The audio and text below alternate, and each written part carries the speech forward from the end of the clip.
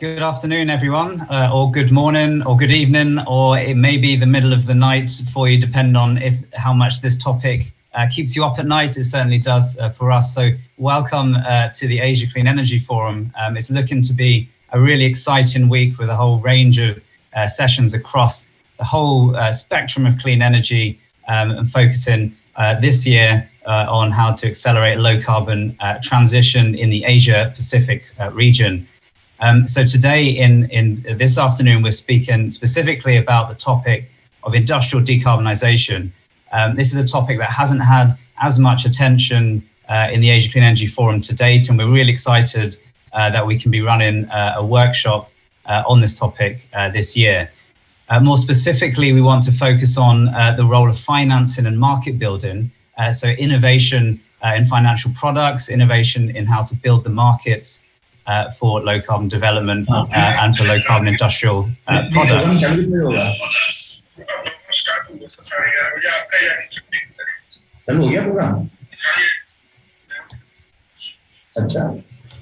Apologies, everyone. I think there's a bit of feedback on the line. Just to carry on, and I think those will are muting themselves. I'm delighted to be co-organising this year with the World Bank and the UN's Industrial Development Organization to deliver an exciting workshop with a lot of distinguished panelists, and we're really excited that they could join us today to share their experiences and their plans and tools from their organisation's experience. So just to introduce myself, I'm Peter Warren, I'm from the UK government, and I lead our innovation team for international climate finance, which is housed within the Department for Business, Energy Industrial Strategy. And you'll hear from my colleagues as well throughout the week on our plans for COP26 and what we're doing in the Asia Pacific region as well, and particularly from Minister Adams tomorrow in the opening plenary on our plans for COP26. So just to set a bit of high-level context for the workshop, where our scene setting presentation from the International Energy Agency will cover this in a lot more detail, but just to give you a quick overview of some of the key reasons why we wanted to establish a workshop this year on industry. So heavy industry, this is iron and steel, cement, chemicals, and other energy-intensive industries currently account for about a quarter of CO2 emissions globally. We commissioned some work last year to look at this topic in more detail in developing countries, and we worked out that direct emissions from industry could be 28% lower in 2050 if it's facilitated in developing countries. And we see that the Asia Pacific region is a fast-growing region for heavy industry. So this is why we really wanted to put the focus on this topic. But it won't be a workshop focusing on technical barriers or technical solutions. We're really keen to focus on the financing industry and also the role of heavy industries and some of the exciting work that they're doing in this space to really address this very challenging theme, which is crucial for achieving net zero and low carbon transition ambitions in the region. Some of the things that we'll hear about, but this is obviously not an exhaustive list. There are lots of innovative solutions being discussed, but a number of new analyses have looked at the role of how do you address one of the core barriers, which is the green premium and low access to finance for heavy industry, industrial decarbonisation. So things like loan guarantees, credit enhancements, and green bonds have been discussed, and other equivalent ideas. On the market creation side, the role of public sector regulations on green public procurement, contracts of difference, early buyers clubs, market pull mechanisms to really build those markets. And you may have seen a couple of weeks ago that at the Clean Energy Ministerial that a new initiative was launched, the Industrial Deep Decarbonisation Initiative. And this is really focusing on that demand side, so how to really build those markets. So it's an exciting new initiative that the UK and India are currently co-leading. So I thought it might be helpful just to quickly just say a bit about what the UK is doing in case it's of interest as a case study. You may have seen that we brought out a 78% emissions cut by 2035 legislation, and this builds on our sort of net zero by 2050 legislation that we did. Yeah, you may have also followed the recent G7 Leaders Summit that happened this weekend, and some of the announcements from the climate change yesterday.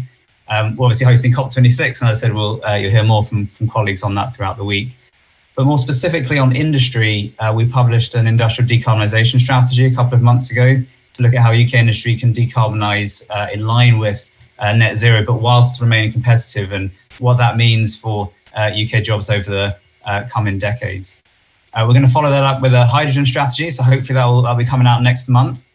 And also we've got quite active carbon capture usage and storage policies, and we'll be speaking in the carbon capture and storage workshop on Thursday as well about more of our plans if that's of interest.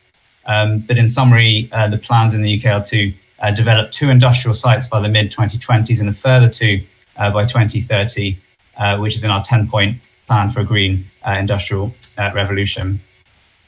So some of the importance of what we're talking about today and the role of research, development, demonstration and innovation as well in this debate. And the IEA's really highlighted the importance of this for generating early demand, building capability and bringing costs down. And this is definitely pertinent to the industry discussion. And we saw in Mission Innovation a couple of weeks ago, the ministerial, where Mission Innovation 2.0 was launched, the second phase. But under the first phase, there was a target for Mission Innovation countries to double their spend on energy innovation by 2021. And we talked about how we've exceeded that in the UK. But the reason I'm flagging that in this forum is that under that, we had an international climate finance commitment, so official development assistance or aid spend. And we launched a £50 million clean energy innovation facility last year. And a big part of that focused on industrial decarbonisation. And this is delivered through our co-organisers today, the World Bank, who will be chairing the first panel discussion. And we have active projects at the moment in Bangladesh, China, India and Vietnam in the region. So today, just to show the agenda for what we're going to cover, I'll soon hand over to Ms. Araceli Fernandez-Palace, who's the Head of Innovation and Technology Unit in the International Energy Agency, to do a scene setting presentation to go into more detail about the importance of net zero and the role of industry within net zero transitions. We'll then go on to the first panel discussion where Mr. Van Jacques, who's a senior energy specialist in the World Bank's Energy Sector Management Assistance Programme, will cover the first part of the topic on innovative financing products in this space. And we're delighted and honoured to be joined by 2 distinguished panellists, Mr. Mahendra Singh, who's the CEO and Managing Director of Dalmia Cement, and Ms. Rebecca Makula-Wright, who's Executive Director of the Asia Investment Group on Climate Change. We'll then move into our second panel discussion, which is focused on market building. And our co-organisers, Ms. Petra Schwager, who's Chief of the Energy Technologies and Industrial Applications Division in the UN Industrial Development Organisation, UNIDO. Again, we're joined by 3 very distinguished panellists, Mr. Aditat Vasanonta, who's Deputy Director General in the Government of Thailand's Department of Primary Industries and Mines, Ms. Alicia Eastman, Co-Founder and Managing Director of Intercontinental Energy, and Mr. Xinqian Jin from the Beijing Xinhua Industrial Research and Development Institute. And then we'll finish with some summary of some of the workshop key points, and we're going to share a written summary as well to publish on the ASEF website following the event this week. You may have also seen we've got a poll that's currently live. Please do fill out the poll at any point during the workshop. It will close at the end of panel 2, and then we'll talk about some of the results from that and include that in the summary, along with the 2 opening presentations, which we'll also put on the ASEF website as well. So without further ado, I'm absolutely delighted to hand over to Ms. Araceli Fernandez-Palace from the International Energy Agency to do our scene setting presentation. Thank you very much. Thank you very much, Peter. Good morning, good afternoon, good evening, everyone as well. Warm welcome from my side, and thanks really a lot for the organization of this very interesting week and the offer for us to participate as the IEA in these discussions. I hope you can see my screen now.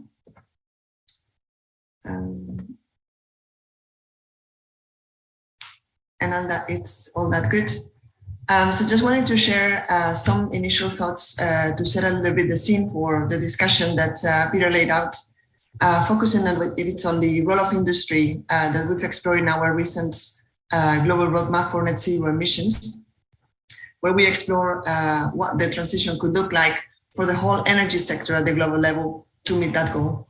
And maybe just give me the chance to give a couple of words of context to get started by indicating that for sure you will be aware that we've seen an increasing number of governments, but also companies around the world putting pledges for net zero, particularly for net zero emissions by 2050. We've seen how some governments have announced targets before that year, and some other governments for after that year. But we have really seen that 2050 is becoming the increasing focal year for the ambitions towards net zero. And we've seen as well how at the same time we are increasing the momentum towards COP26, as Peter was also highlighting in his presentation, in his intervention at the beginning, on how governments and companies, stakeholders around the world, financing institutions are really joining forces towards building momentum to make COP26 really as strong as possible as the world needs, and particularly building on increasing ambitions from the foundation of the Paris Agreement. We've been collaborating with the UK's presidency for COP26 from the IEA all around this year and previous months to make sure that we can also contribute to that effort, and including a net zero summit that was organized in March in collaboration with Mr. Alok Sharma and also the UK COP26 presidency as well. So in this backdrop of increasing momentum in a way for net zero emissions, we've also seen at the same time that despite the fact that around 70% of CO2 emissions worldwide, as well as 70% of GDP globally are kind of covered by these governments that have put pledges for net zero emissions, we've seen at the same time that only around a quarter of those pledges are really fixed in domestic legislation by implementation in particular policies. And also only around a few of those are kind of backed up with particular measures, particularly policy instruments that can make sure that those ambitions are going to be met at the scope that has been announced and on the time, by the time they've been announced as well. So it's within this background where we've, from the IEA, have kind of think through and design this type of global roadmap for net zero emissions to really put in place and lay out what a pathway towards net zero emissions globally could look like, and more set within particular, more tangible milestones. And with that, I'll start a bit more going into that topic. And as I've mentioned, one of the ambitions of this roadmap was to set specific and tangible milestones across the energy sector that you can see some of them, for which you can see some of them laid out in this slide, where we could understand what would be the different decision points, different actions and targets that would need to be met along the way to 2050, not to lose sight with the focus on 2050, but to understand all the transition and all the process throughout. And it's been mentioned as well in this recent discussions in the G7 framework, as Peter mentioned as well over the weekend, where tangible and practical, feasible at the same time milestones are important to make sure that we can reach those goals. If we have a bit of a focus on the industrial sector, and in particular some of the challenges for heavy industries, we have an important kind of initial challenge to resolve, which is to bring most of the low carbon or near zero emissions process technologies for heavy industrial processes to commercial scale by 2030 at least, or sooner, so that we can really start deploying them in markets. And this is a type of transition that we've explored in our roadmap, where just to give a bit of a sense of scale, on average, we will require from 2030 to 2050 to install every month around 10 plants equipped with carbon capture and storage, and as well around 3 plants per month equipped with hydrogen-based technologies, which is, of course, will have some implications when it comes to as well the rollout of different types of infrastructure. For instance, on the hydrogen side, at the moment, we have, in terms of electrolytic production around the world, around 100, a bit of more than 100 megawatt on installed capacity, with some of the latest statistics indicating around 200 megawatts already, given the increased momentum that we are seeing. and we will need to scale that up to 850 gigawatts electrolyzer capacity being already installed by 2030. We've seen that projects in the pipeline, given the increasing momentum in these technologies, are going to lead us to around already more than 100 gigawatt electrolyzer capacity by 2030. So again, there's step increases into that direction, and we just need to keep the momentum going and accelerating progress. So of course, this transition will require to mobilize quite a significant amount of financing, which is the topic of the discussions today. And actually, we've seen that in our transition, as we've explored in the roadmap, this kind of shift comes into a background where the global economy expands by 40%. Global GDP expands by 40% during that period as well. In terms of clean energy investment, this would require an important surge of investment towards clean energy technologies, which would more than triple compared to current levels, reaching levels that would be equivalent to more than 4 trillion, as you see in the slide. And one of the largest areas of increases that we see is in the area of end-use technologies, including heavy industries, but also transport and buildings, where we see that the clean energy technology related investment would more than triple in that case to basically encompass this type of transition.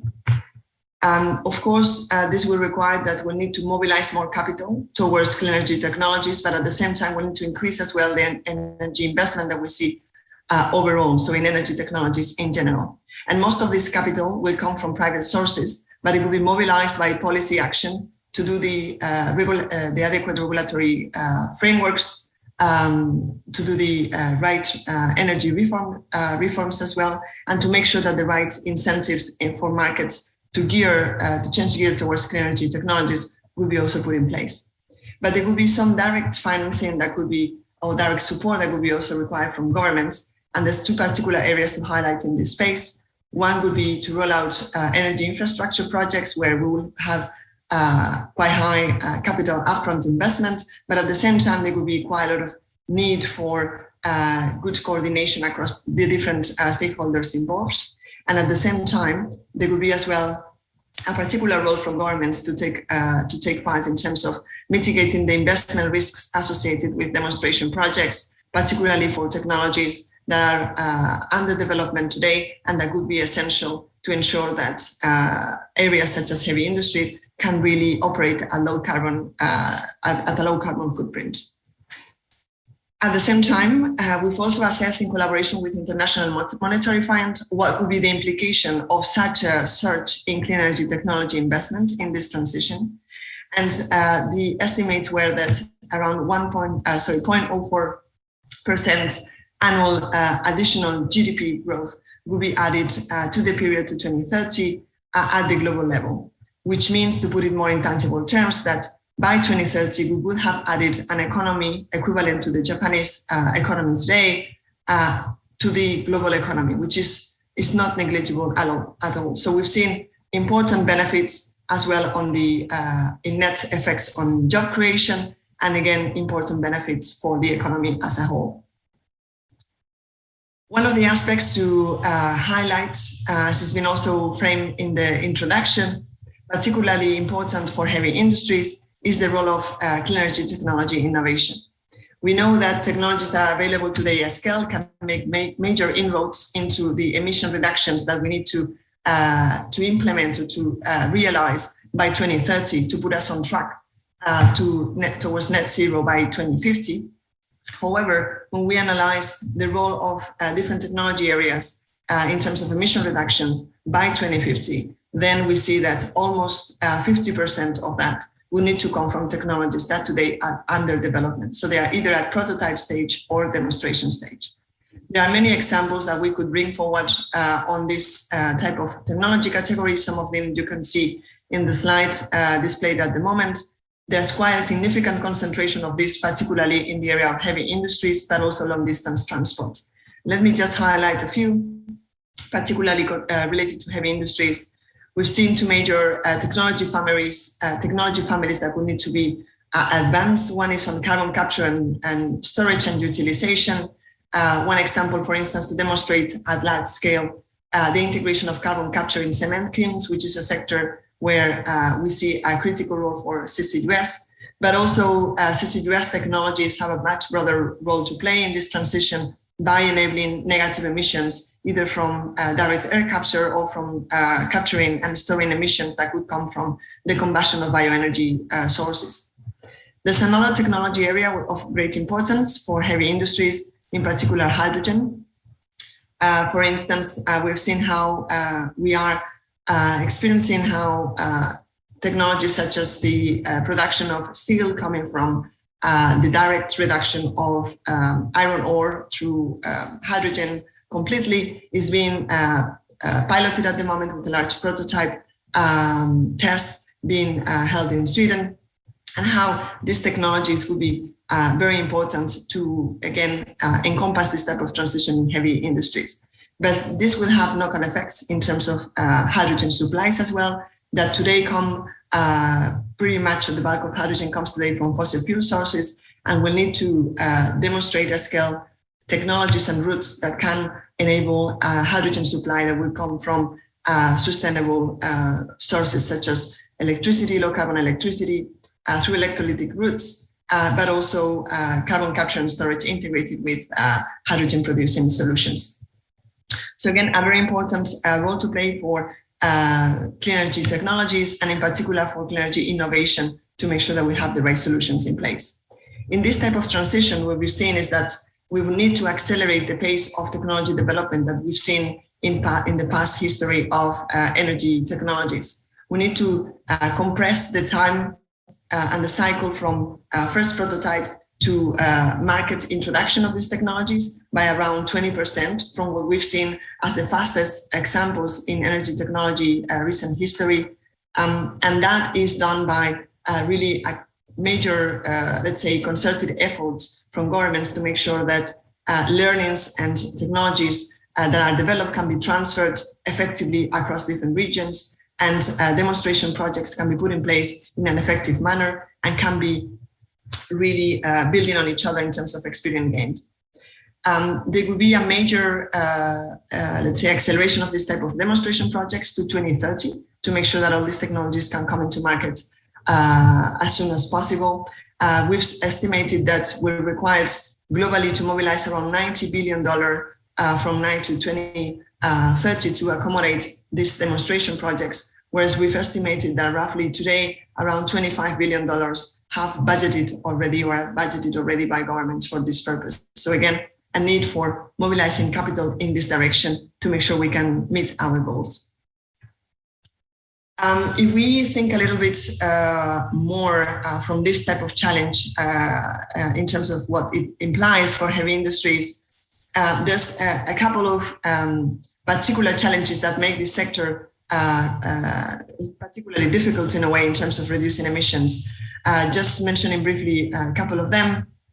Of course, these processes include let's say, reactions and processes that require high temperature heat, which in most cases is provided by fossil fuels, and has some technical challenges when it comes to change that towards alternative fuels, or in particular electricity, for instance, for non-conductive type of processes.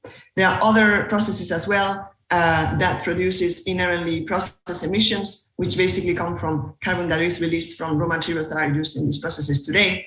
And preventing those emissions will require either integrating carbon capture and storage or moving away from those conventional processes and finding alternative raw materials. But also, there's a couple of features that make this particularly challenging. One is that in most cases, most of these commodities are internationally traded, which makes that they are competing in international markets and their margins are quite tight. So this is a particular important aspect to keep in mind when introducing new paths that could increase production costs. And if a level playing field around different countries and regions is not ensured, this can create some disruptions in terms of international markets. And the third or last component as well to highlight is that, of course, all these processes are quite capital intensive and they are quite long-lived. Which brings me to this point, which is our, in our view, the starting point to understand how heavy industrial transitions can take place.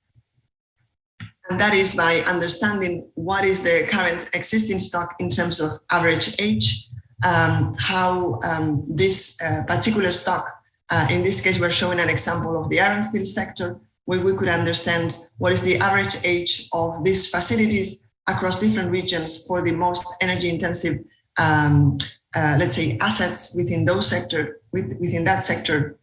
So we could understand what is the gap at the moment between the average age of those assets and the typical lifetime. And we can see that for a typical lifetime of around 40 years, what we've seen in experience in this operating these assets, there's quite a significant gap with the global average, which is between 13 and 14 years. This means that if no action is taken, these assets will keep emitting for a few decades to come, and this would have a major impact into our, let's say, remaining emissions budget to make sure that we can comply with our goal of reaching net zero emissions. At the same time, we've seen that in this type of assets, there's a typical investment cycle that takes place every 25 years, which means that every 25 years, this type of facilities enter into an investment decision of an important size, equivalent in some cases to the same size of a greenfield investment in the major equipment. And so it is very important and key to make sure that we can align the innovation cycles to make sure that clean energy technology solutions can come into the market at the same time as we've seen this investment decisions coming into play in these different regions.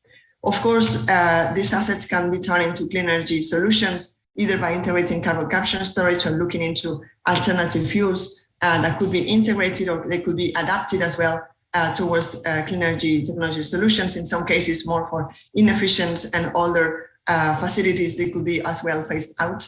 And so that is why it is so important to make sure that by the time these assets reach these investment decisions, clean energy technology solutions, real alternatives at scale are available so they can switch towards that.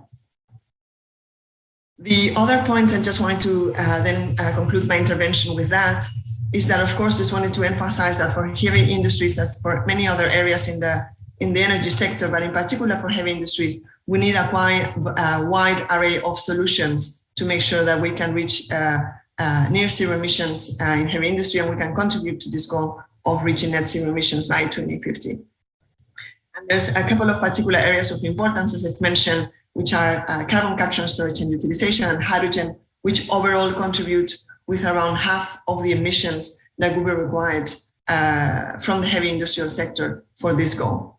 But as well, there's an area that I wanted to emphasize, which is we don't need to forget, and it's in particular particularly important in the period to 2030, which is about maximizing energy efficiency with the technologies we have in place today, and making sure again that we can adapt our assets towards let's say near zero energy technology solutions in this sector, but also an efficient use of materials. By using and implementing different material efficiency strategies, we've estimated we can make an important cut into emissions by, again, implementing strategies that could improve the use of materials, not only within the heavy industrial sector by avoiding material losses in manufacturing processes, but also by making use of materials more efficiently in different areas of the system, either by revisiting building codes for infrastructure or building construction projects,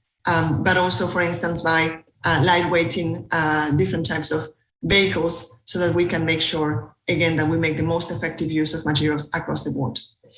Just wanted to end with emphasizing again the point that if we would translate those emission reductions by the level of maturity that those technologies would have today, we again would see that the role of technologies and the development in the case of heavy industry would be greater than the global average or the average for the whole energy sector. Those would stand up and to almost 60% of the emissions that would be required to be reduced in those sectors, again emphasizing the importance of clean energy technology innovation in this space.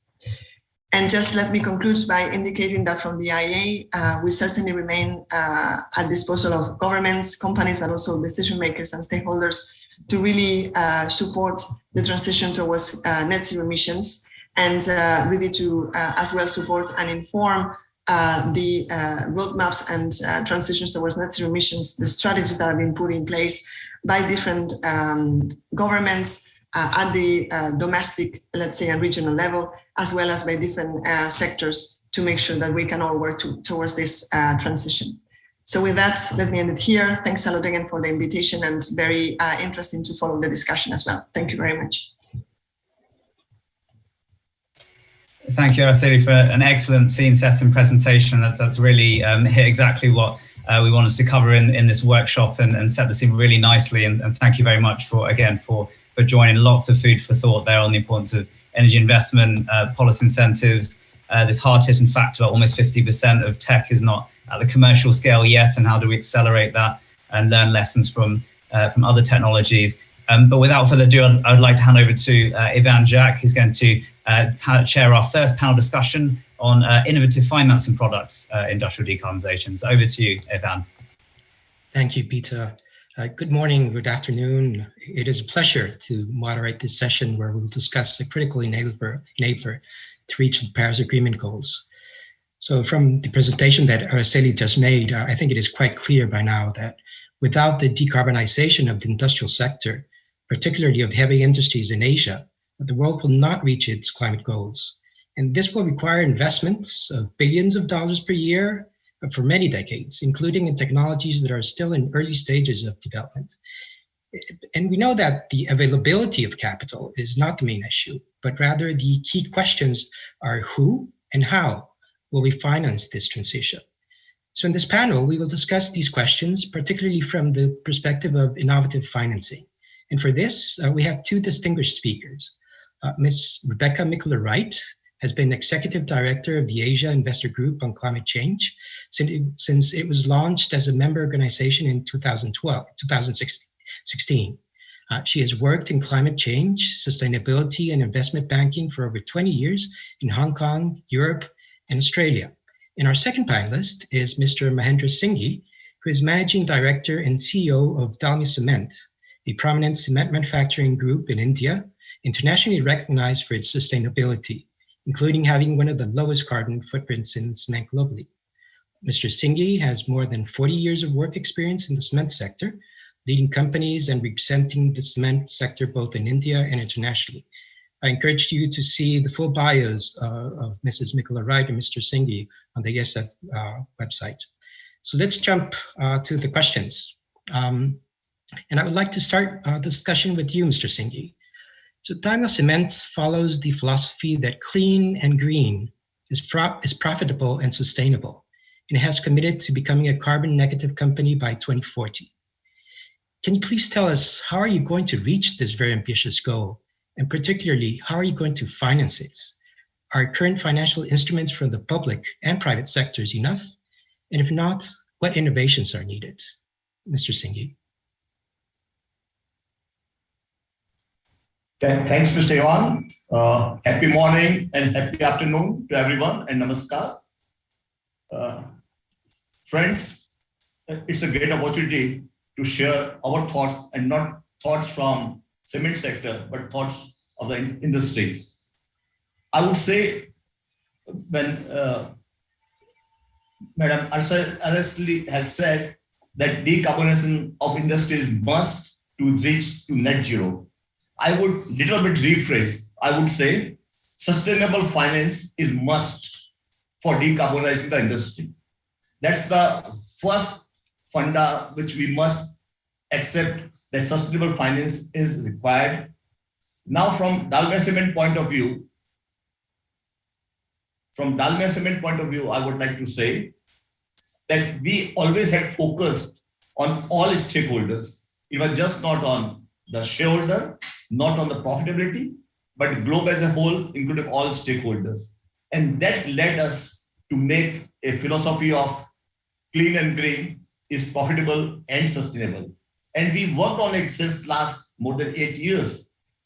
And the benefit of it was that because of various clean tech activities, various sustainability activities, we could bring down our carbon footprint to the one of the lowest in global cement world. And at the same time, ladies and gentlemen, we could also make Dalmia Cement as one of the most profitable cement company in India. And that also then led us to think more that what more can be done and how we can create our leadership, not only for the cement sector in India or globally, but for the industry also. And that led us to identify certain levers, certain actions in 2018, when no one was talking of net zero, when no manufacturing industry or the major nation was talking of net zero. At that time, we said that we would convert all our energy requirement to renewable energy. By 2030, we would convert all our fuel requirement to non-fossil fuel by 2035. We will start making our all processes more energy efficient. And lastly, we would also innovate, on this carbon capture and utilization. We very specifically focused always in our organization of converting any type of waste into wealth. And now we also understood that like the hot gases of cement plant are the waste, but if you capture it, you can generate power. We started doing it. Many cement companies, many countries like China, Japan, India, they started doing it and they are reaping the benefits. Similarly, we said that the carbon dioxide, which emits 60% of the emission of the cement, if it gets captured and then utilized, not stored, but utilized, then we follow the philosophy of circular economy. We convert this waste into a usable material for fertilizer, for protein, for carbon rod, for concrete, for chemical, for textile process. So many ways and means are there. So we identified all these parameters, all these levers, and we said that, and we have now the roadmap year by year, 5 year by 5 year, that from at that time, maybe 550 kg per ton of cement against the global average of about 900 kg per ton of cement. We said that by 2020, we will reach to 475. By 2030, we will reach to 370. By like this, we have a clear plan. Now let me tell you that in 2020, we have already reached a level of 473 kg per ton of cement. And in last 6-7 years, we have already reduced 30% of our carbon footprint. Now, the point is how confident we are. I would say we are 100% confident. Whether we'll be able to reach by 2040, I would say yes or no. And when I say no, I mean we may reach early also, not later, not beyond 2040, but before 2030, before 2040 also. Now, it all depends that what sort of sustainable finance, what sort of new instrument can be organized, can be thought of. Today, in various conferences, day in, day out, throughout the world, talks are on what type of technology. But there are few conferences like this which may help to identify which are the sustainable finance sources. Until unless sustainable finance is there, and that too, particularly for the developing countries where there are great projects, great thoughts, and bigger volume, this decarbonization may not happen. So all the time, what we are now advocating is that if sustainable finance is organized for Dalmia Cement, then Dalmia Cement can project a demonstration project on 100% renewable energy, on 100% fossil fuel energy, and 100% capture of CO2. But the main question is finance. Presently, what's happening, ladies and gentlemen, that only financial institutions, whether it's a World Bank, whether it's a Green Climate Fund, or any bank, any financial institution, they all are considering the risk of finance. Hardly anyone is able to identify the risk of loss of infrastructure, loss of humanity, loss of people, if we don't act now.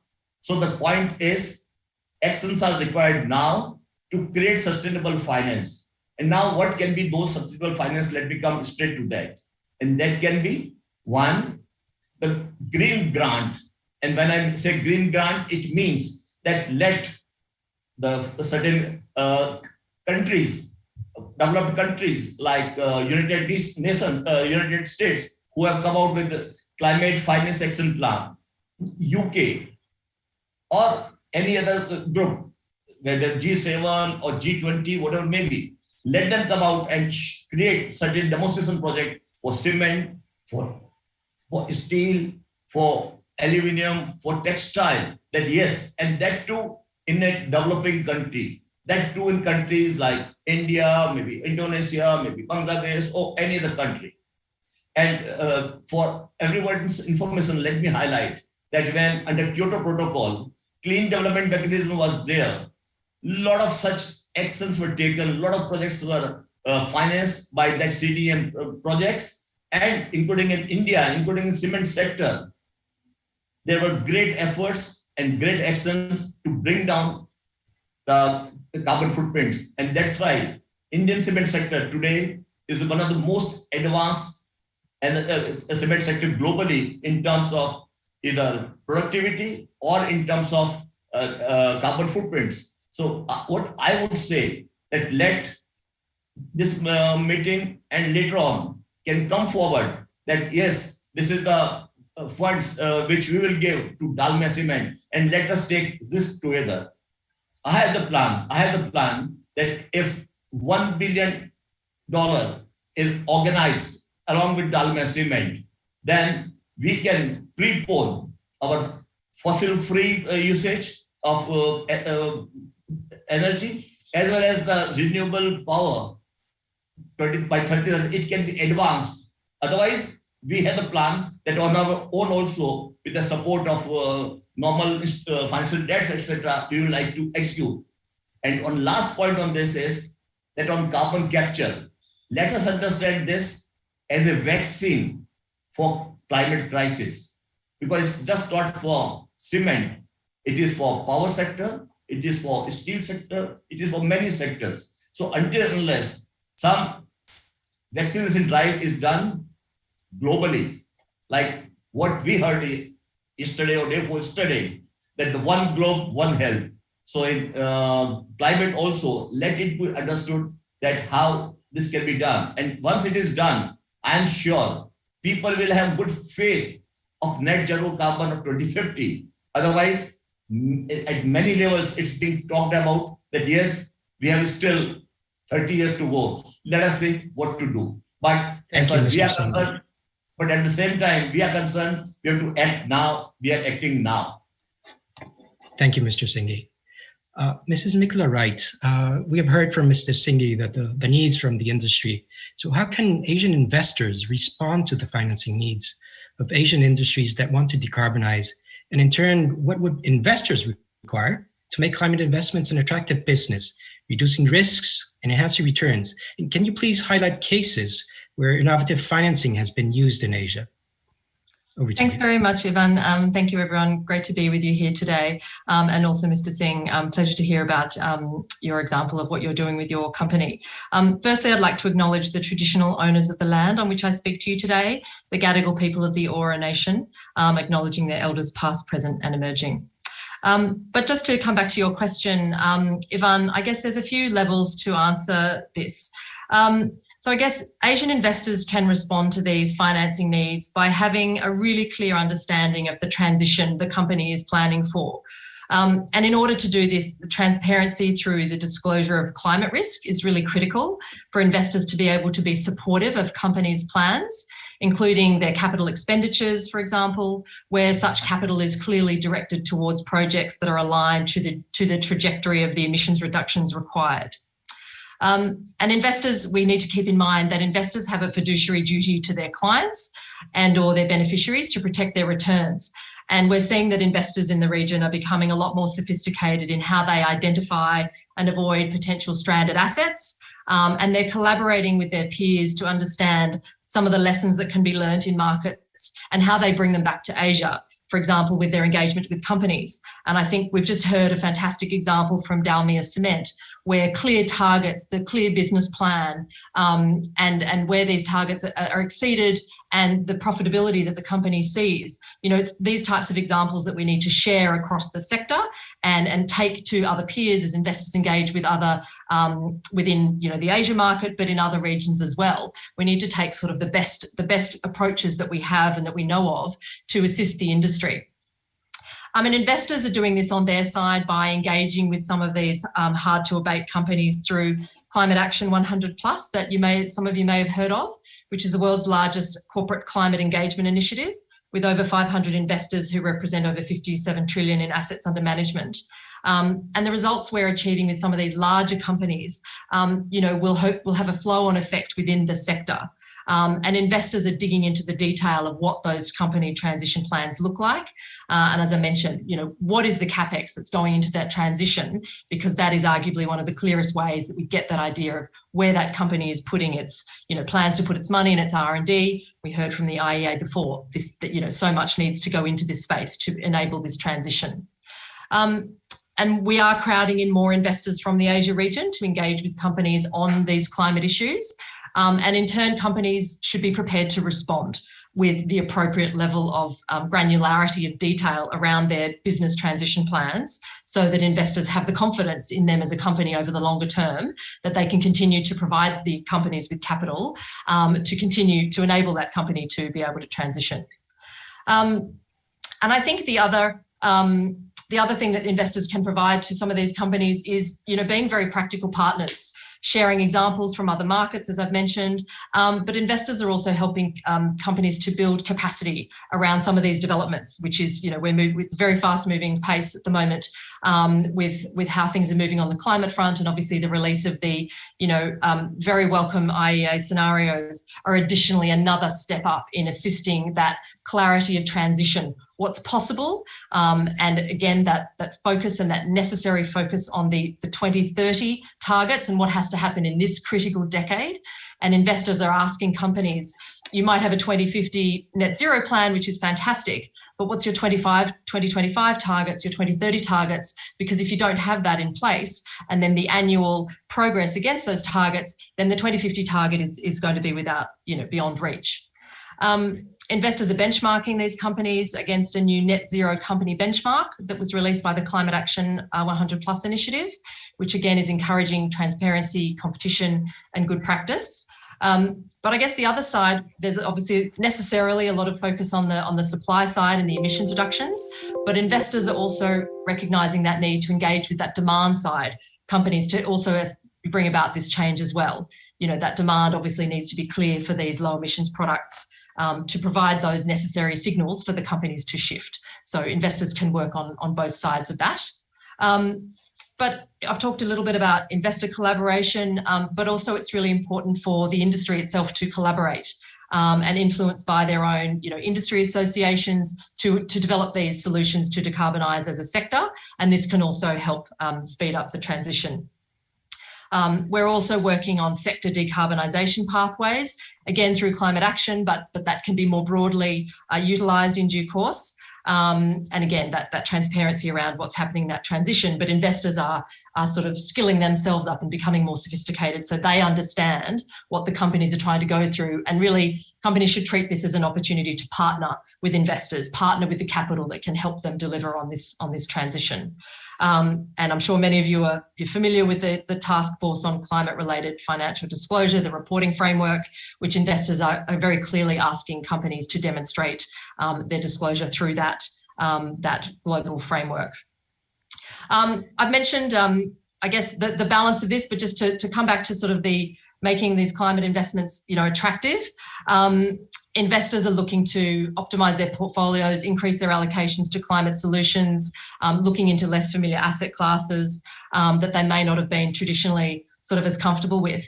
But there has been sort of a lack of sufficient opportunities to take advantage that are proven. So investing and partnering with sort of de-risked vehicles through groups like the Green Climate Fund, World Bank, is really necessary for investors for whom this is, newer. But it does also require specific internal skill sets, which investors may not necessarily have in their own organisation. They need to build that capacity, or they may need to outsource this capacity as well. The final piece to this, I would just say, is that clear government policy is really critical.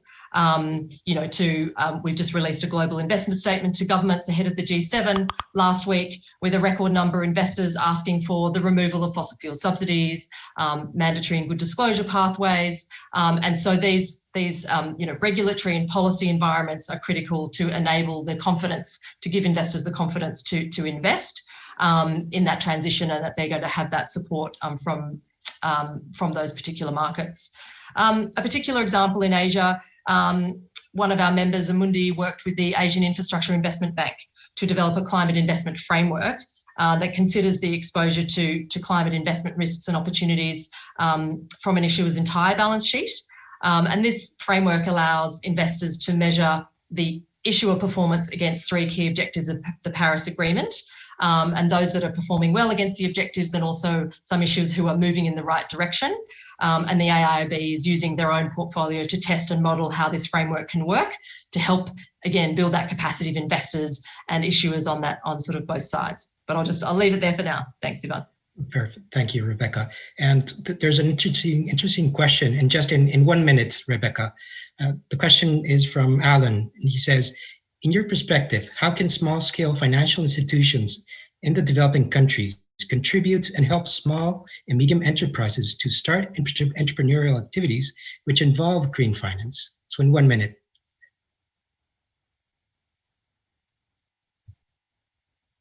You're muted, Rebecca. Should I? Great.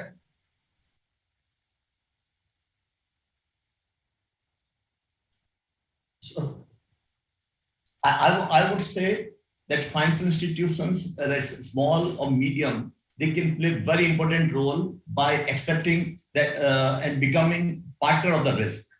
The institutions or investors, they have not only to take care of their own finance, but they have to take care of the future generation. They have to take care of the humanity. At the moment, what's happening, they're just talking of the returns. They're just talking of how much interest I would earn, how much capital I will get back. So some sort of mindset has to be changed. But yes, investors have to look at every factor. But if industry can look for future generation, investors should also look at. So there is a full scope. And may I request Madam Rebecca that Dalmia Cement has all the projects which she talked about ready for finance. And in a global scenario, we are a small or medium company. But then definitely it can be showcased. And in COP26, we can showcase that how the Asian Investment Group has supported hard to abate cement sector, a company, Dalmia Cement, and as we are also, madam and friends, we are the COP26, one of the COP26 leader. We are also the carbon pricing champion. So definitely we can showcase our example in a big way. So please come forward and support us. We'll get in touch with you also. Perfect. Thank you, Mr. Singhi. Rebecca, would you like to, just 1 minute? Hi, sure. Yeah, thank you. Sorry.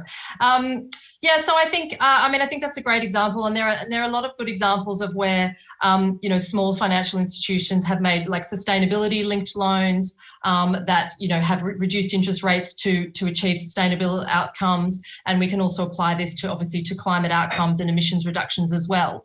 And so we're starting to see a few of these products, emerge in the Asia region, and more are under development. So I think, asking sort of small enterprises to outline their plans for their own institutions, because this needs to happen, small, medium, and all large institutions. So what are their plans? How are they going to reduce their emissions reductions? How will that impact their business plan? And then the financial institution can have confidence and start with some of these, with these loans, linked to these outcomes. And then you can, start with a few companies and then move on and expand that that portfolio. And we've had great examples of this in developing small-scale solar and providing small loans to sort of at an individual level, and that gets scaled up rapidly. So I think there's many examples out there that can be drawn on in small scale that can then be aggregated together to have a larger impact in some of these communities. Thank you, Rebecca. Thanks. So thank you very much. There has been an excellent discussion, and thank you very much for sharing your insights with us. Now I would like to pass the floor to Petra. Petra, over to you. Thank you, Ivan. Excellent panel. Thank you, everybody. Just trying to have my screen here. Yeah, 1 second. So in the next panel, we are going to discuss key market building approaches for decarbonization of heavy energy intensive industrial sectors. As we have heard before, in 2019, the Asian Pacific region was responsible for 50% of global CO2 emissions. So how can we build sustainable markets, creating supply and demand for innovative solutions for decarbonizing energy-intensive sectors? How can we counteract falling into the trap of business as usual, risking that CO2 emissions in the region will double, especially in Southeast Asia? We have heard already some tips from the first panel, but now we are going to address it a little bit from a different angle. Allow me to introduce the panelists, starting with Alicia Eastman. Alicia is the president of Intercontinental Energy. Alicia has led investment and strategy in global developing markets for nearly 25 years, managing private equity funds, as well as market entry and finance strategy for multi-international companies across Asia, including the Middle East. In her work, she has focused on infrastructure, renewable energy, specialty chemicals, telecommunication, and technologies. Before co-founding Intercontinental Energy in 2014, she was a founding partner of Asia Pacific Capital Fund and the Mongolian Opportunities Fund. Mr. Aditya Dutt is Deputy Director at the Department of Primary Industries and Mining of the Ministry of Industry in Thailand. He is responsible for policy, strategy, and action plan development for mining. He's also the chairman of the steering committee of the Green Scrap Metal Thailand project. Throughout his 20-year career at the Ministry of Industry, he has been working on innovative approaches, industrial clusters, and business service development. And my last panelist is Dr. Xiang Jin. He is the Deputy Secretary General of Jianghu University and Dean of the Beijing Jianghu Industrial R&D Institute. Dr. Jin built technology innovation centers like the Global Health Drug Discovery Institute and others, and the Beijing International Hydrogen Energy Center. Early in 2011, he launched one of the first venture capital funds in Jiangnan to invest in technology innovation and startups.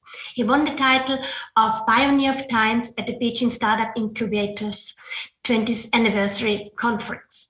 Welcome, welcome, welcome. My first question is to Adi, and I would like you to outline a little bit what you see as the main various challenges that Asian markets face in decarbonizing their industries.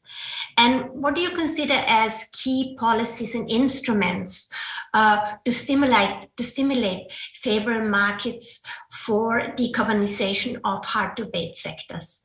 Adi? Hi, thanks for your introduction and question, Petra. At the outset, let me say that it's my pleasure to be a part of the Asia Clean Energy Forum 2021 and to join this industrial decarbonization workshop. Now, let me answer your question regarding barriers of the industrial decarbonization. Some of them Ms. Araceli has already touched on, but I think there are 4 to 5 barriers that are worth mentioning here. The most obvious barrier is the technical barrier. Well, I understand that this session aims to discuss about key market and financial barrier rather than the technical one, but it will not be easy for new production processes to compete with the current processes that over the years have developed into highly energy efficient system with an integrated industrial sites. Secondly, many heavy industry are often integrated into industrial symbiosis configuration, where energy or material flows are shared. So making a transition to a greener production process is more difficult. Moreover, a shift in production process will, in most cases, make current infrastructure become redundant. The existing infrastructure will become a large sunk cost. Thirdly, most heavy industry or so-called hard-to-abate factories operate continuously and for a very long period of time. New investment will only be done every 15 to 25 years, not 5 or 10 years. The windows of opportunity to make major changes to the new low carbon processes are not so frequent. So let me give you some examples. The main components of heavy industry such as blast furnaces, rotary kilns, cracker, these have very long technical lifetime. Fourth, changing to zero emission production will come at a cost. Steel produced from renewable hydrogen is expected to be 20 to 40% more expensive. Cemented could cost 70 to 100% more with carbon capture and storage system. Plastic could be even 200% more with renewable energy. So even though I hope that this cost will come down in the near future. Most importantly, I think the major barrier lies at the driving force to change. A barrier here is the lack of awareness among end consumers about the climate impacts of the material we use in any products. There's very little information on the climate footprint from the material used in most of our products. Currently, there is lack of consumer demand for green steel or green cement. Last but not least, I think for developing countries in Asia, heavy industry is seen as a crucial sector for the economy and job creation. We have to accept the fact that institutions around these heavy industries are very strong and well organized into, labor unions, industry association, lobbyists, and the government organization that regulate them. So to change them to have a greener process, we really need strong political will if long-term climate solutions are to win. Mechanism for ensuring economic prosperity need to be part of this effort. So that was my first round of answer. Thank you very much. Thank you. Very indeed. So Alicia, maybe you could outline this.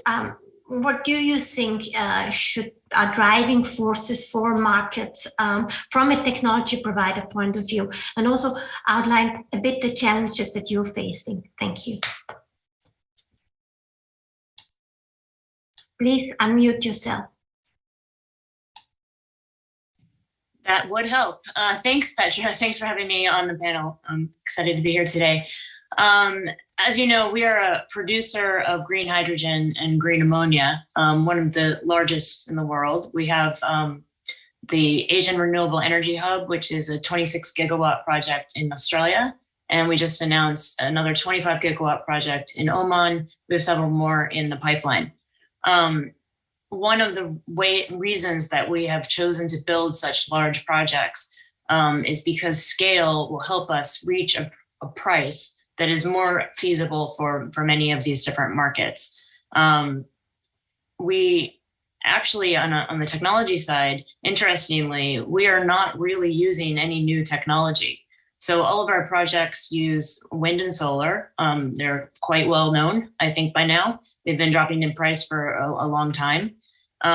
You then have desalination of ocean water, and that is also an old process.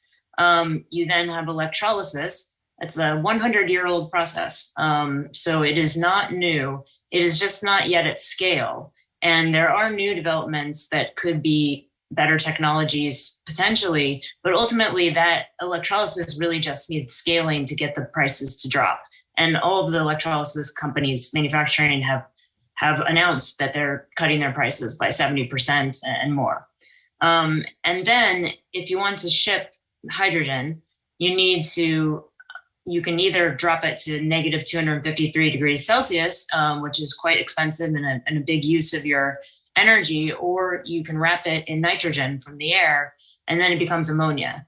Ammonia can be shipped anywhere, and it can also be used by ships. So there are a lot of efficiencies in shipping ammonia with ammonia ships, and then you can use it in markets that don't actually have the renewable energy sources themselves. They don't have access to the solar and the wind.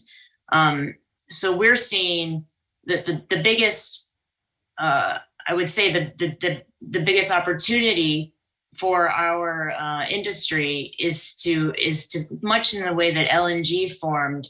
You need to have offtake agreements between the large providers and the big buyers. And in Asia, we're seeing a big demand from North Asia, from Japan and Korea, Taiwan, some in Singapore, which is fantastic. And they have already set up procurement offices to buy ammonia, to use ammonia either to co-fire with their coal and gas turbines, and eventually turn those into ammonia turbines, and also for shipping. So we're already seeing quite a lot of demand there. And in Singapore, there's a big focus on using Singapore as a bunkering hub. So that is also for the shipping industry. So from our perspective, I think I agree with Aditya that the political will is important. I think that's why we're seeing so much motivation and cohesion from the North Asian countries. There's a lot of agreement between the industry and government. But also, I think there needs to be a complete reframing of how we talk about this green premium. I find the term green premium very annoying, actually, because it's not a premium. It's not a nice to have air to breathe and to have a world that's here in 50 years that we can live in. It is a subsidy to the fossil fuel industry that we have been paying for a very long time, because their real costs of operations are not internalized. The externalities of their operations, the effects on the health of people in surrounding areas, the effects on the environment, obviously, all of these are not included in the cost of those fossil fuels. So instead of paying a green premium to have a green product, we really need to stop subsidizing the dirty products. So I think, and that it definitely needs to come from political bodies. I think there's many different government entities that have hydrogen roadmaps, which is a good start, and they're giving incentives to different industries. You also have international organizations, like for shipping, you have the International Maritime Organization, which could have much stronger regulations that for developing and developed countries. And I think I'll stop there. I feel like I've been a tear. Thank you very much, Alicia. Very, very interesting. Also, your point on the incentives, no? So we have to see how we match the carrot and the stick. Dr. Jin, you have been not only an outstanding academician in China, but also one of the first, let me say, investors or creating of investment funds. So how do you see the role of academia and research institutions, what they should play in bringing this goal forward, the decarbonization of industry? And maybe I take two questions in one, and if you also would like to address the challenges, please go ahead. Thank you for having me, Petra. I'm very glad to meet all of you on this workshop. It's a very good question. I want to take China as an example. China is economic develops very fast, but the carbon emission is at the top of the world. In recent years, the core industry is reducing from 70% in 2011 to 28% in 2020. So China's decarbonization is really fast. Last year, China promised to reach the peak of carbon emissions by 2060 and to reach carbon neutralization by 2060. But carbon emission is still very huge, very high in China. It's 5 times than Europe and 3 times than United States. So the first challenge for China future development is to maintain stable economic growth. Carbon emission base is large. It's difficult to reduce. The second challenge is to maintain the balance of clean energy system and the growth of energy supply. The third challenge is to reduce the higher cost of technology in decarbonization. So we need to improve the hydrogen energy, wind power, PV, and other renewable energy sources as much as possible. And we need to do it by joint effort in basic research, technology research and development, and application demonstration. To the policies, for now, China government is improving its policy very fast. For example, we have policies to control energy emission, and we have policies to help hydrogen transportation. But we still need to develop the policy in a long way. Thank you. And second question is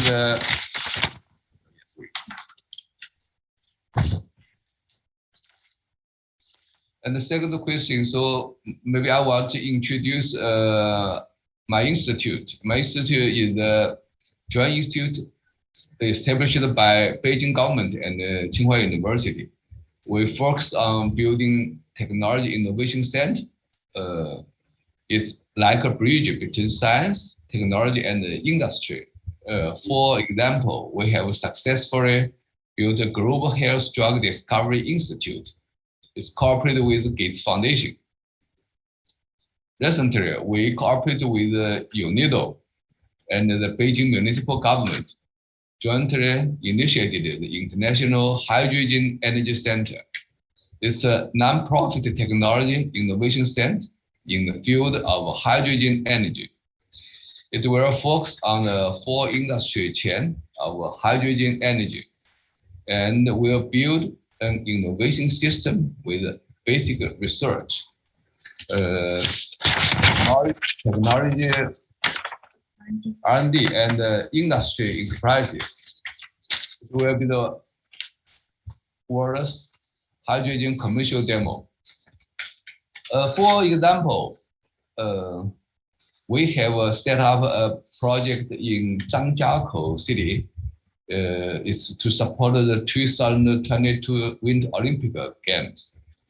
It covers 444 FCV, for more than 300 buses, and 40 logistic vehicles.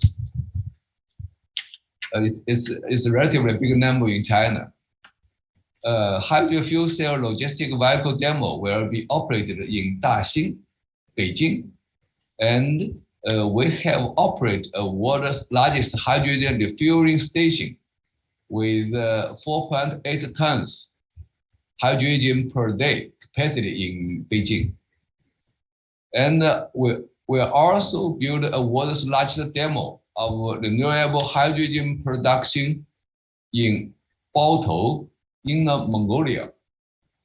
It's jointly with global industry leaders such as AP, Air Products, it's a United States company, Vestas, Topsoe, and Tenon. It will produce 300,000 tons of green hydrogen per year through the water from renewable energy. And it will produce 1.1 million tons of iron per year, and it can produce 1.2 million tons of green ammonia. So maybe we can cooperate with Alicia. So I think we can cooperate with more partners all over the world to prompt decarbonization in industry with hydrogen energy and build a new green industry system in the future. We are open to cooperate with everyone. Thank you. Thank you very much, Dr. Jin. And we're also very much looking forward to jointly launch the International Hydrogen Energy Center in July at the Vienna Energy Forum here. I wanted to start, we in the last panel, we heard that we have to take steps and be more concrete. So Adida, if you had to formulate policies, how would they look like for 2030 and for 2050? What do you think can be done to really reach, to go step by step and to be very concrete?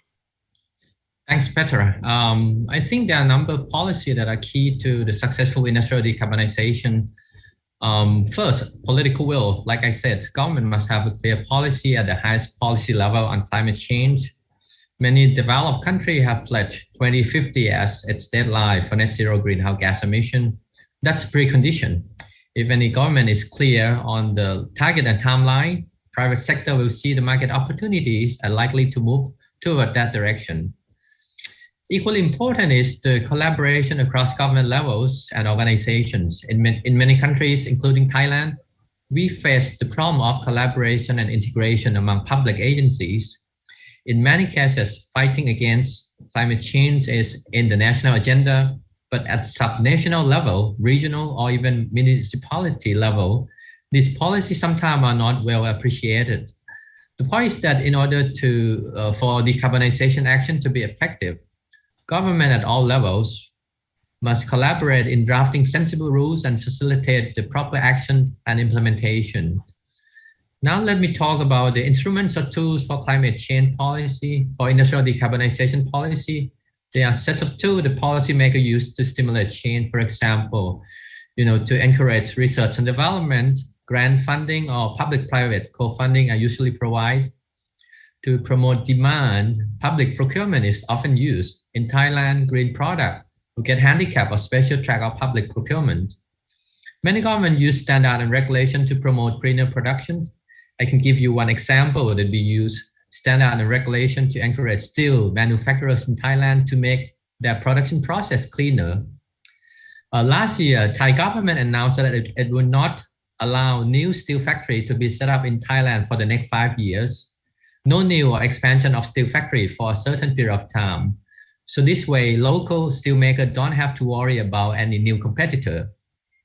But in return, government also announced the new greener emission standard, less pollution, that will be effective in the next 5 years. So this is a quid pro quo for steel manufacturer. No new competitor, but greener process must be implemented. Anyway, as many people mentioned, I think the most challenging factor for industrial decarbonization is lack of proper financial incentive, which are very essential in scale-up and commercial phases. However, financial incentive design is highly dependent on local market, number of manufacturers or players, availability of public sector resources, the existing financial infrastructure. So government may provide soft loan or long-term fund with interest subsidy. Performance-based incentive can also be used to support any upgrade to a greener system based on performance. For Thailand, currently our Ministry of Industry is working with UNIDO to upgrade about 6 to 7 scrap metal manufacturers, which are hard to abate firms, to have a cleaner process by providing financial subsidy to their upgrade costs. So these are some examples of policy and instrument to cope with the greenhouse gas emission from industrial sector that I would like to touch on. Thanks. Thank you very much, and thank you also for the great cooperation with UNIDO. Alicia, if you had to very shortly give your top priority as a technology provider for 2030, for 2050, please. Well, again, I'm not exactly a technology provider, but more of a producer of green ammonia. Sorry for that. But I think that number one is having this combination of carrots and sticks. And by having a combination, you don't have to have the stick be as difficult or the carrot be as expensive. So by combining them, you can level the playing field a bit more. And so some of the examples of that, I think, shipping ports can have no fees for ships that are using ammonia or using clean fuels instead of fossil fuels. Having government funding in the form of ECAs or other types of funding from governments that has more importantly than the interest rate, because interest rates are so low, I think the loan to value ratio is the most important aspect of the lending. So covering more in the form of debt is quite useful, especially for any of these activities that are capital intensive, and naturally our debt, naturally work with that quite well. I think as I said before, I think that the stick side of it is there definitely needs to be carbon tax, and it should be a GHG tax, not just carbon, because methane is a big problem as well. If you're actually trying to tackle climate change, it's not just carbon. Methane is actually quite bad and worse. So there needs to be some. If you also provide subsidies, as Mr. Basanotte said, if there are subsidies to different industries to encourage them to change their fuel source, or to encourage them to make their processes more efficient, then you don't need as high of a tax on the alternative fuels, because they're already getting some kind of subsidy, which helps them reach to an even playing field. And that's the main thing, is that you have to make it fair for a green choice to match traditional choices, which are currently not incorporating any of their actual costs, or at least most of their actual costs. Thank you very much. Very interesting point about matching the green choices. Thank you. Dr. Jin, very quickly to round up, what are your main goals, 2030, 2050?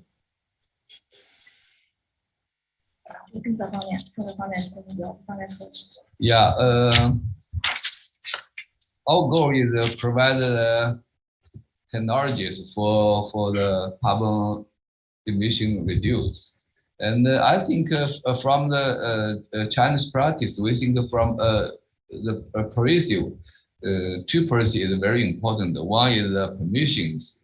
We need the higher standard technology permission, for the industry. For example, in China, like a chemical factory, we set up a higher standard. So like some pollution factory, like a low standard, they are closed. So you can see the new company, they move to a chemical park.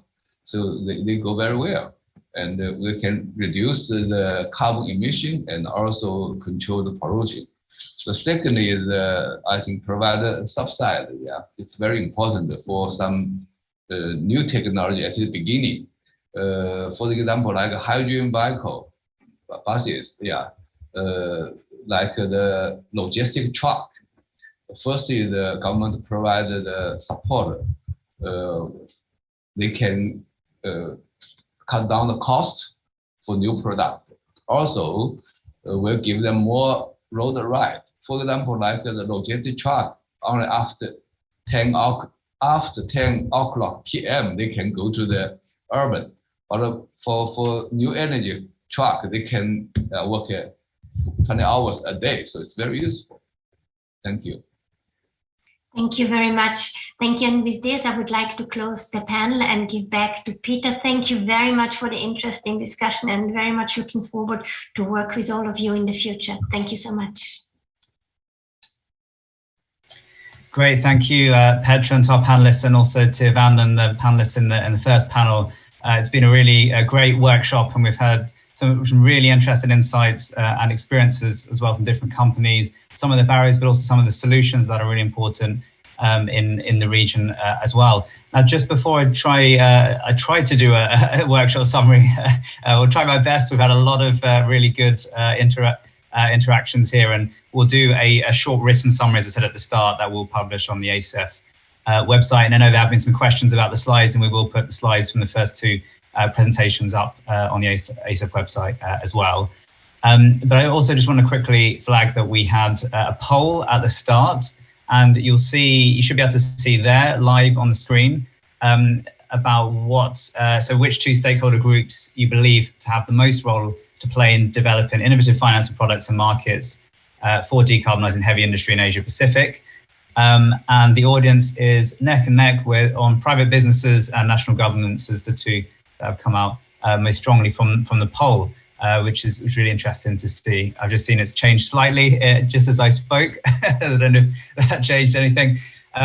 The other thing to flag is that we have a participant feedback form as well that should hopefully you'll have access to on your screens. It'd be great if you could fill that out just to see what you found useful and interesting, and it helps us to really push forward the conversation this year as well, in the year of COP26 and throughout the Asia Clean Energy Forum this week, I should say. So with that, I will attempt to summarize.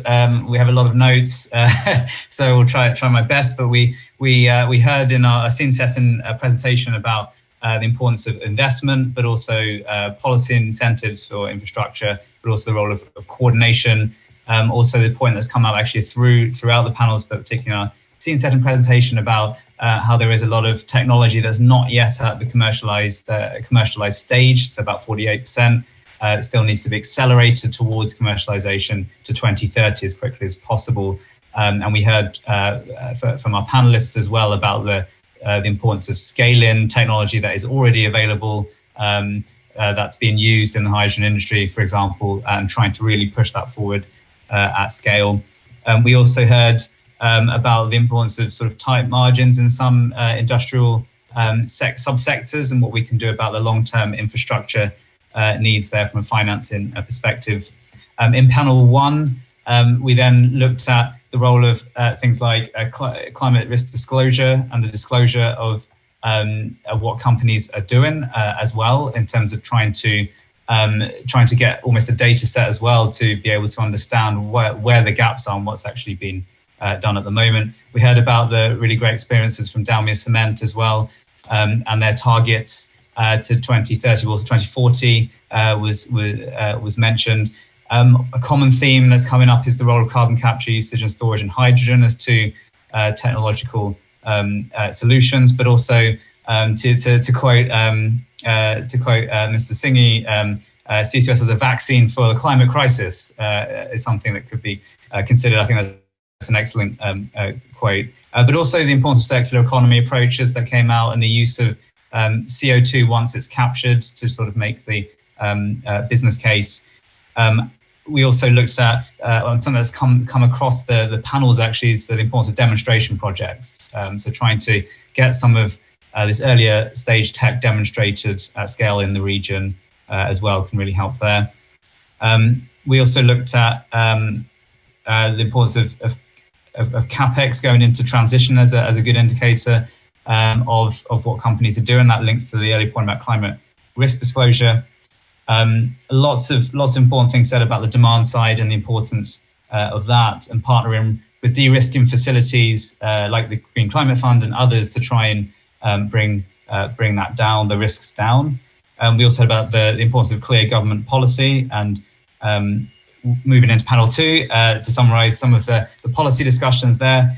Importance of political will and targets are crucial there. A really interesting point made about lack of awareness on the consumer side of the impacts of materials used from industry and what we can do there, but also the importance of subnational level challenges as well, with the high level policy and how that's implemented at the subnational context. We also heard, and I've noted, I think, the point about green premium is not as a useful term, and I've certainly changed that in my slides because I had that term in my slides. So really important to think about the fossil fuel subsidy element of it and not seeing it as a premium on green. I think is a really interesting narrative and important point to make. We also heard about the role of technology innovation centers, and in China the collaborations between academia, innovation and industry. And some really exciting work that's going on there. I know that Petra mentioned about the international hydrogen partnerships coming up in the Energy Forum. I won't say any more about that because that's for a different forum. But that is definitely an exciting development that's happening. I think with that, I mean, there's lots of other things I could say that we'll put them into a summary note which we will, which as I said, we will circulate. And I know we've just hit time now, so I'll have to wrap up, unfortunately. But it has been a really great workshop, and I really want to thank again both our co-organisers, the World Bank and UNIDO, and all our distinguished panelists for joining today to make the time to come to this workshop, to share all these really good experiences, plans, and also some really exciting, I think, solutions that have been discussed today in a topic that hasn't really had as much attention at this Asia Clean Energy Forum to date. So with that, we'll close. And I just want to say, have a great week. Enjoy the Asia Clean Energy Forum. There's a lot of really exciting sessions happening, and across some of the things we've talked today, like CCUS and hydrogen. There are topics on those more separately, as well as other clean energy topics. So with that, we'll close. I just want to say thank you again for joining today. Thank you very much.